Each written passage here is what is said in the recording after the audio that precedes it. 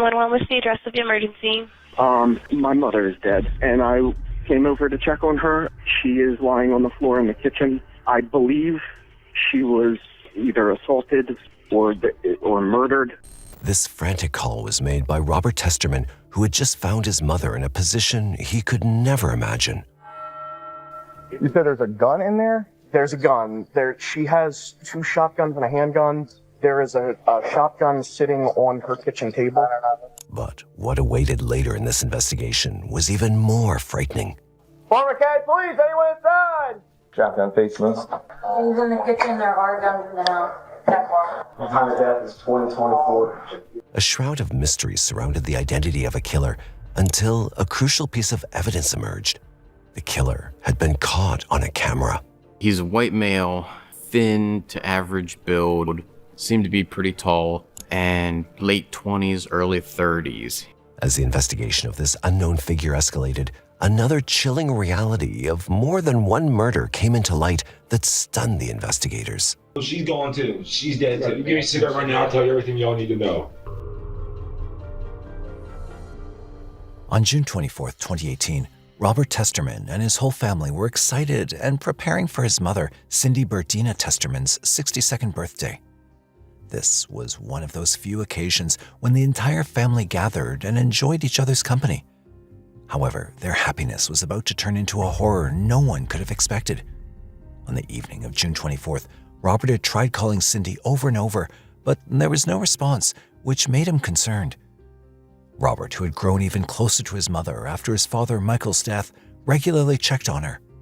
When all his calls went unanswered, he decided to pay a visit to his mother without knowing that what he was about to find would change his life forever. I didn't think that my fears that had crept into my brain while I was driving over, I didn't expect any of that to be real.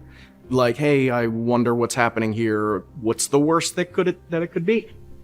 I never imagined that it could actually be the worst. His mother lived alone at her father's home after moving in to take care of him and ended up living there after his death. Upon entering the home at around 8 p.m., he immediately noticed an unpleasant smell in the entire house. But things were about to take a darker turn. He saw a gun lying on a kitchen table and frantically started looking for his mother.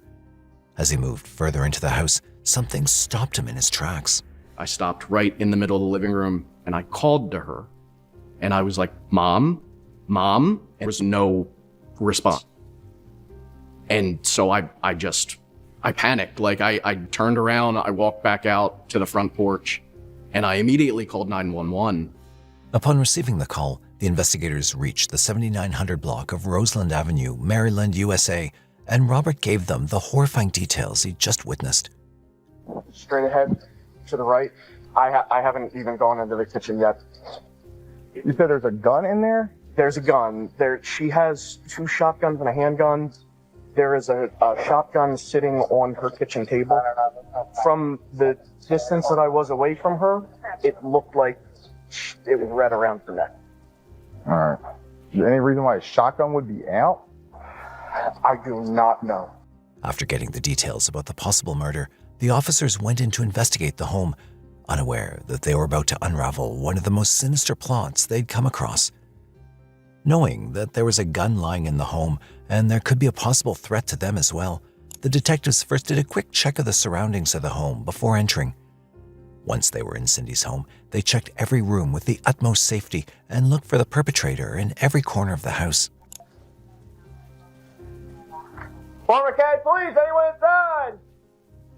Shotgun facing us. Things in the kitchen, there are guns in the house. I got a closed door to my left here, 2 other rooms to clear.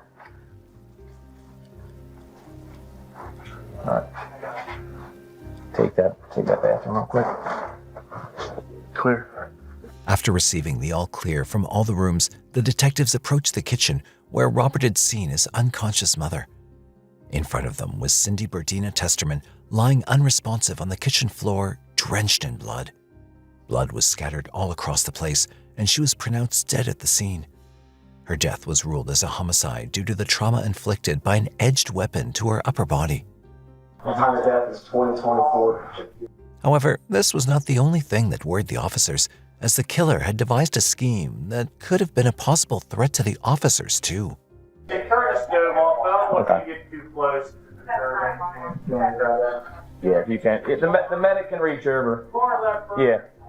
Okay. I got you. Yep. Inside, we had a gas smell. It's a very dangerous situation because the least little bit of a spark obviously could set something like that off, and you don't want that. You don't know if the actual suspect was hoping that maybe that it would take and ignite in some way. After recovering Cindy's body, the investigators searched through the house for any clues or information about the killer. As they investigated around, her house was discovered to be in a state of complete disarray, and there was a clear indication of a robbery. The drawers were out of place, and several valuable items were missing from her house, including her jewelry. So there's drawers that are all displaced and stuff. On the second story, there's a safe on the ground in the back bedroom. It's laying on the ground in the middle of the floor. It looks out of place. Cindy's 2013 Honda Accord was also missing from the garage. The mess in her home clearly suggested that the perpetrator had been searching for valuables, indicating a motive tied to theft, and the police believed it was a burglary gone wrong.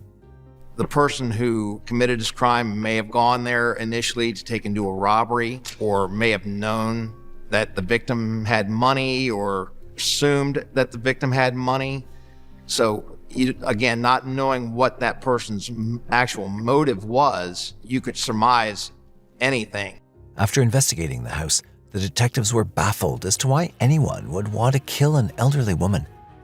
That's when they turned to the only person who would have definitely known everything about the victim and could provide them with some helpful information, Cindy's son, Robert. He was the first one to be on the crime scene and called the detectives. When's the last time you saw her? Or talked to her? The last time I talked to her, Wednesday maybe. We traded, or she sent me a text on Friday that I didn't respond to. After this, they got their hands on one crucial piece of evidence that led them to their possible suspect. Robert had access to his mother's home surveillance camera, and there were unusual and shocking moments captured on the camera. A young man who seemed to be acquainted with Cindy was seen having a casual conversation with her.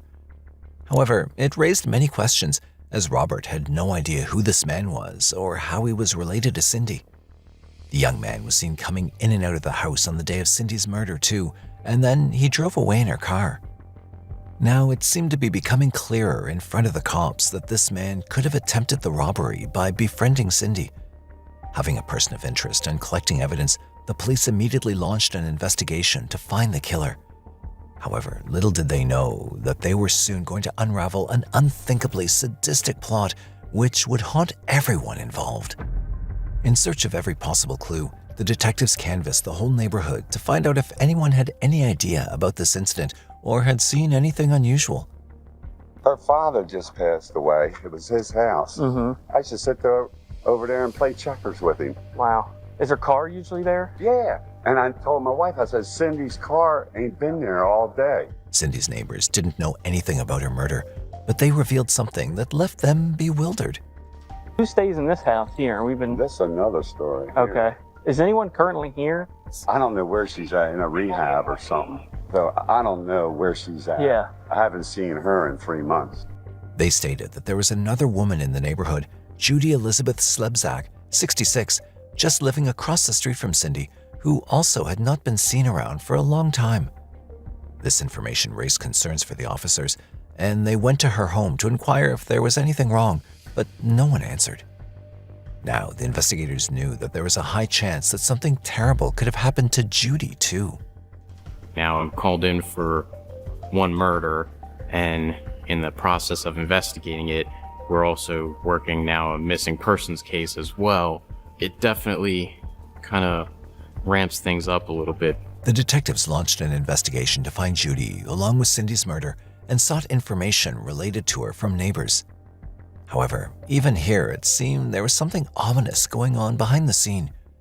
When asked about Judy, everyone had a different story to tell as to where they'd last seen or heard from her.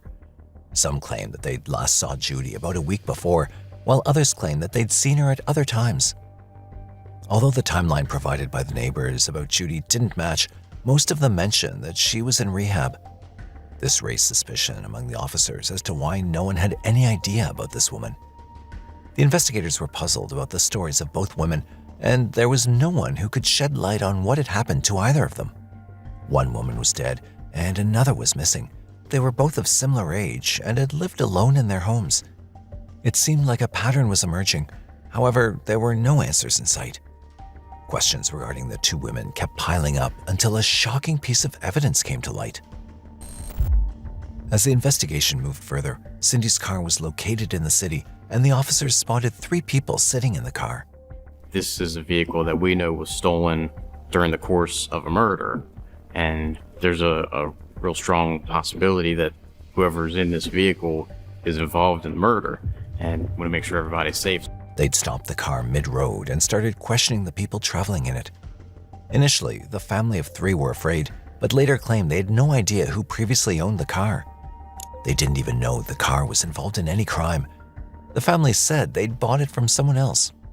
Man sold this car to me and my husband. I didn't steal anything. I didn't know the car was stolen. I wouldn't buy no stolen car. After reviewing their statements, the detectives concluded that they indeed had no connection with Cindy or her murder and let them go. However, there was one peculiar thing that stood out to the officers. They bought the car from someone they knew as Bird, which doesn't do us a whole lot of good at that point either. He's a white male, thin to average build, seemed to be pretty tall, and late 20s, early 30s. He had shorter, light brown hair that kind of was consistent with the guy in the video, but we still needed to figure out who he is.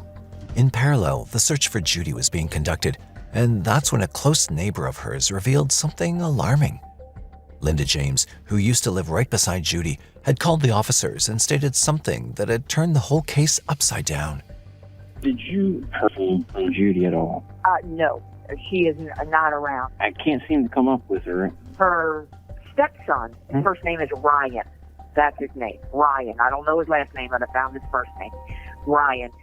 She was gone for a couple weeks, or about a week or so, and I told that she had gone into a rehab.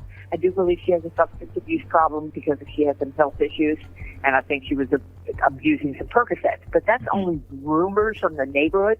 And that's when Ryan showed up again, and he was there, and he kind of told them, I'm here now, I'll take care of her. And we didn't see her except to hear a rumor that she went into rehab again. This information stood out to the investigators as Ryan Maguire, 32, claimed to take care of his stepmother, but now neither he nor Judy were seen anywhere. Getting suspicious about him, the police searched through Ryan's records to find any clue about him, and what they found next left them bewildered.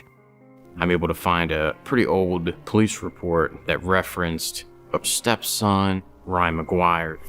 So my partner and I start pulling up photos of Maguire, and we're comparing the pictures we have of him from the video to these previous mug shots. And I remember my partner looking at the one picture and going, I think that's him.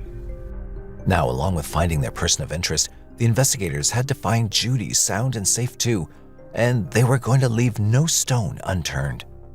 They decided to investigate Judy's house. They searched through the rooms and basement, but there was nothing that stood out. As they went ahead with their investigation, they could never imagine the twisted and shocking series of events that would eventually lead them to the sickening motives. Cindy's son, Robert, was trying his level best to bring justice for his mother, and he'd unearthed an important clue that would lead the officers to their possible suspect. I was immediately like, anything that I can do to try to help. We knew that the wallet was stolen, so I was like, let me log into the credit cards and see if there's any activity on them. And so when we get on there and we see that there are purchases that day being made at Foot Locker and a gas station, so I'm getting on the call with the homicide detectives and just sending this information over. Like, this is a charge, it happened here, it's at East Point Mall. Upon discovering the cards were missing, the investigators believed that the person who was using the cards might be the killer of Cindy.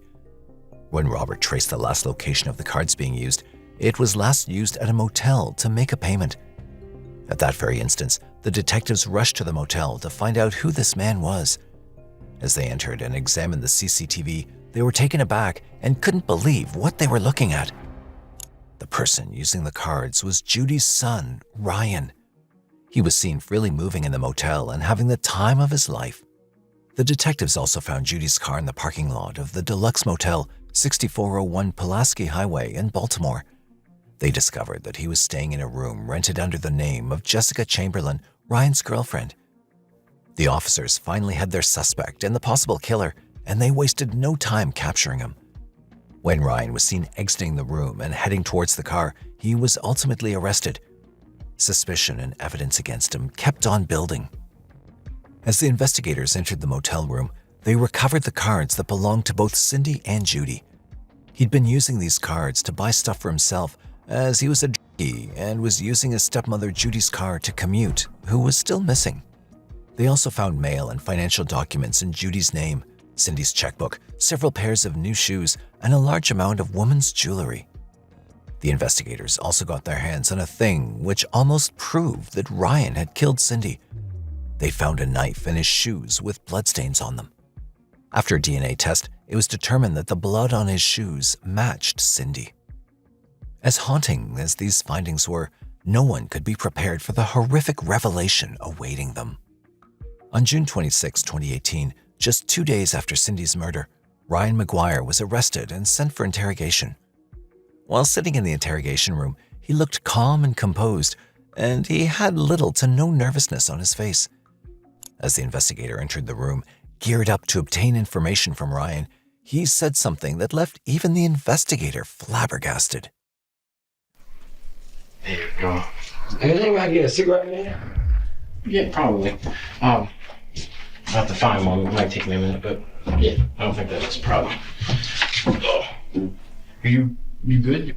Anything else you need? I just want a cigarette. You give me a cigarette right now, I'll tell you everything y'all need to know. Okay. Ryan's words left the officer astonished, and he agreed to get him the cigarettes as he didn't want to lose any information. However, as the investigation moved further, he revealed a jaw-dropping secret that the police department had been searching diligently for. You said you've been staying at the motel there? Yeah, I stayed there for a couple of days. Okay. What about before that? I've been staying with that lady. Who's that? The huge car I had. Judy. Yeah. Okay. What's your relationship to her? She's like, I don't know, like my stepmom or something like that. Okay. She let you use the car and everything? Yeah. All right, nice lady. Where's she at these days? Yeah, listen. I need a cigarette. I'm not saying nothing else. I'll get a cigarette. Okay. Ryan accepted that he'd killed Judy, and he was the same person seen around Cindy's home too. So, to keep him talking further, the officer was about to leave to get him cigarettes, and that's when he dropped another bombshell. I'm gonna tell you everything you need to know. She's gone too. She's dead too. Just to let you know, she's dead too. You're gonna charge me with that one too. So I'll tell you where she's at as soon as I get a cigarette. All right, man. I know I'm here for the one across the street. What's that? I'm here for what? Across the street. Yeah, man. After some time, the officer came with a cigarette and gave it to Ryan. He smoked it stoically, as if he hadn't committed anything sinister.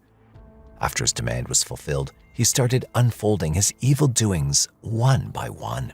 They're not supposed to be smoking in an interview room, but that's one of the things that we do sometimes, let them smoke because we want them to be comfortable and talk to us. So where do you want first? Well, I could start from the beginning. Y'all not gonna find Judy without me telling you where she's at. Where's she at? She's still in her house. Okay. If y'all take me there, I'll show you where she's at. All right. Can you explain it to me? She got high. She was getting high, so she asked me to shoot her up. I shot her up and she OD'd. So. As sickening as these revelations were, there were other horrifying details Ryan revealed that would make anyone question his sanity. He actually admits that they were using drugs and that he intentionally overdosed her, knowing that it would kill her. When you went to Judy's, was that just because... She called me out the blue, helping her get off the drugs. Oh, okay. Ryan had been continuously conducting his vile acts without any hesitation or fear. He'd mercilessly killed his stepmother, But this was not the only heinous thing he'd committed to her. His actions towards his stepmother were much more diabolical than anyone could imagine. Where in the house was that? I was in the house. Whose house? Whose house were you in? Judy's. I was in both houses. Y'all guys, you didn't smell it? Not yet. It stinks. I've just been putting dog in there. Okay. It's upstairs in the bedroom. Is that right? Okay. What is it, like a hidden compartment type thing? It's down outside in the bed. Where that pink towel was on. Okay. Upstairs in the bedroom. Well. Knowing about Judy's murder and malevolent details, the officers were dumbfounded. However, there was another person who'd fallen prey to this cold-blooded killer, Cindy. As the officer asked Ryan about Cindy, he gave an outraged reply. I need to find out everything that he could tell me about what happened with Cindy Testerman. What happened across the street? She asked me a question. About what? About you. Okay. Did she realize something was going on there? I guess. What were you doing over her house? What that? So you know who that is? Yeah, Cindy. Cindy. Yeah. So she called you? You had the phone number or whatever? Yeah, she called from Judy's house. Okay. When the officer asked him how he killed Cindy, he calmly stated the details of the murder and why exactly he killed her. And then how did that go? That's not too good. Well, I mean, I get that, but I mean, how did it kind of happen? That's not right. But she was asking too much, and then he said she was ready to call the cop. Oh yeah. And with that. All right. So how did it happen? Like how it goes? Mm-hmm. Super. Thanks for that. Tripped her on that stabber. After his mind-boggling confession about both murders in exchange for one cigarette, he was charged with 2 counts of murder. The investigators also recovered Judy's body from the chest of her bed kept in her own home, as revealed by her stepson, Ryan. His trial didn't start until November 2019, and he pled guilty to both counts of first-degree murder of Cindy and Judy.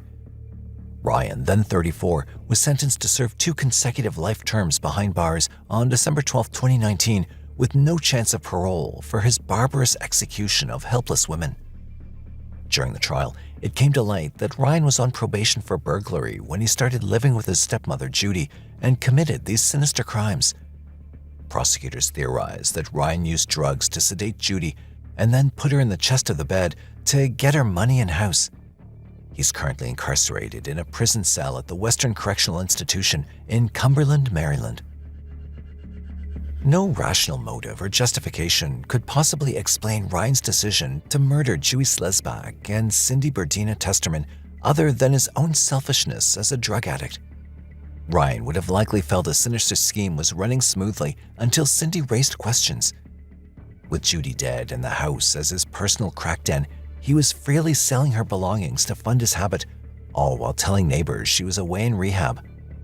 But Ryan's unsettling ruse began drawing suspicion from Judy's concerned friend, Cindy, whose relentless queries over her mysteriously vanished neighbor threatened to shatter his design and expose his hidden crimes.